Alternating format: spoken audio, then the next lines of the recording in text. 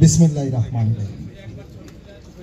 বাংলাদেশ জাতীয়তাবাদী ছাত্রদল জাহাঙ্গীরনগর বিশ্ববিদ্যালয় কর্তৃক আয়োজিত হেপাটাইটিস বি ভ্যাকসিনেশন প্রোগ্রামের উদ্বোধনী অনুষ্ঠানের সম্মানিত সভাপতি, জাহাঙ্গীরনগর বিশ্ববিদ্যালয়ের ছাত্রদলের আহ্বায়ক জহিরুদ্দিন মোহাম্মদ বাবর, অনুষ্ঠানের উদ্বোধক এবং বর্তমানে প্রধান অতিথি, যিনি এই বিশ্ববিদ্যালয়ের অত্যন্ত স্বনামধন্য ভিসি, যার সাথে আমাদের দীর্ঘদিনের পেশাজীবী আন্দোলনে আমরা সম্পৃক্ত, সেই অধ্যাপক ডক্টর মোহাম্মদ কামরুল আহসান।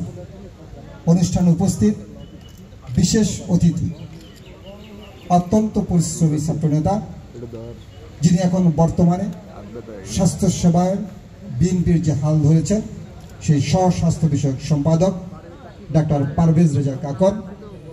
উপস্থিত বাংলাদেশ জাতীয়তাবাদী ছাত্রদলের সিনিয়র সহসভাপতি, গণতান্ত্রিক আন্দোলনে যিনি বিভিন্ন সময়ে নির্যাতিত হয়েছেন, কারাবরণ করেছেন, আহত হয়েছেন, সেই ছাত্রনেতা আবু আহসান মোহাম্মদ ইয়া সহ মঞ্চে উপবিষ্ট নেতৃবৃন্দ, মঞ্চের সামনে জাহাঙ্গীরনগর বিশ্ববিদ্যালয়ের ছাত্রছাত্রী ভাই ও বোনেরা এবং ঢাকা থেকে আগত ডক্টর সেশন বাংলাদেশের ড্যাবের বিভিন্ন পর্যায়ের ডাক্তার নেতৃবৃন্দ, নার্স ভাই ও বোনেরা, সাংবাদিক ভাই ও বোনেরা, আসসালামু আলাইকুম। আমি আমার বক্তব্যের শুরুতেই আমি স্মরণ করতে চাই, বিগত গণতান্ত্রিক আন্দোলনে জাহাঙ্গীরনগর বিশ্ববিদ্যালয় থেকে শুরু করে ছাত্রদলের বিভিন্ন পর্যায়ের নেতৃবৃন্দ, বিএনপির নেতৃবৃন্দ যারা শহীদ হয়েছেন, আহত হয়েছেন কিংবা গুমের শিকার হয়েছিলেন, তাদের সকলকে, এবং আরও স্মরণ করতে চাই যারা জুলাই বিপ্লবের আন্দোলনে যে সকল ভাইয়েরা আহত হয়েছেন কিংবা শহীদ হয়েছেন, তাদের সকলকে। আমি স্মরণ করতে চাই ছাত্রদলের সেই 49 জন যোদ্ধাকে যারা জুলাই আন্দোলনেই শুধুমাত্র শহীদ হয়েছিলেন। ছাত্রদল সেই বিভিন্ন আন্দোলন সংগ্রামে 90 বলেন কিংবা 24-এর আন্দোলন বলেন, সকল সময় তাদের বলিষ্ঠ ভূমিকা রেখেছিল। তারা শুধু আন্দোলন সংগ্রামেই নয়, শুধু পাঠ্যপুস্তকের সাথেই সম্পৃক্ত নয়।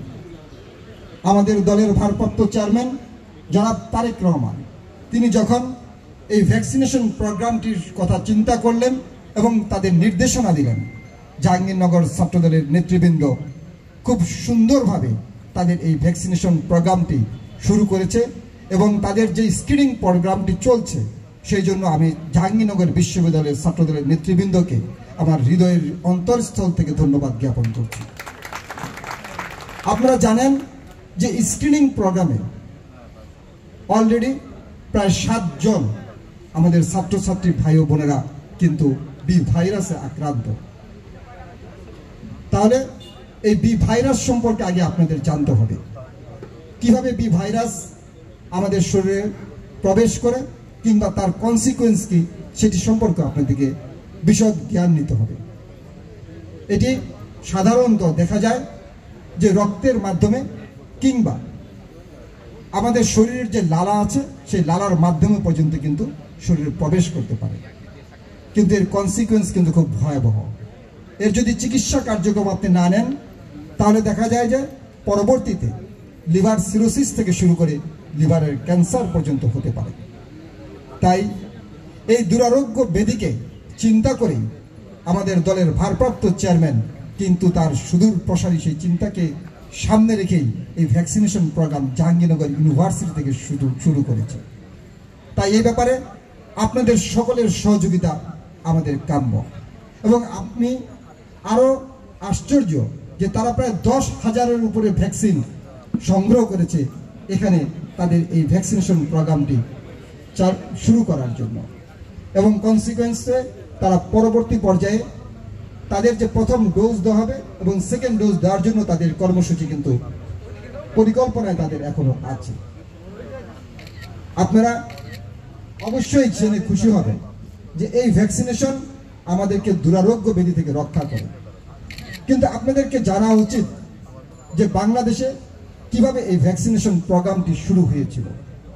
ওয়ার্ল্ড হেলথ অর্গানাইজেশন, বিশ্ব স্বাস্থ্য সংস্থার সাহায্যার্থে 1979 সালে তৎকালীন রাষ্ট্রপতি শহীদ রাষ্ট্রপতি জিয়াউর রহমান এই ভ্যাকসিনেশন প্রোগ্রাম ইপিআই শিডিউল কিন্তু এদেশে চালু করেছিলেন এবং তার এই ধারাবাহিকতায় 2003 সালে দেশনেত্রী বেগম খালেদা জিয়ার যখন সরকার ছিল তখন তিনি পেন্টাভ্যালেন্ট ভ্যাকসিনেশন নামে এই বি ভাইরাসের ভ্যাকসিনেশন কিন্তু তখনও কিন্তু তিনি চালু করেছিলেন।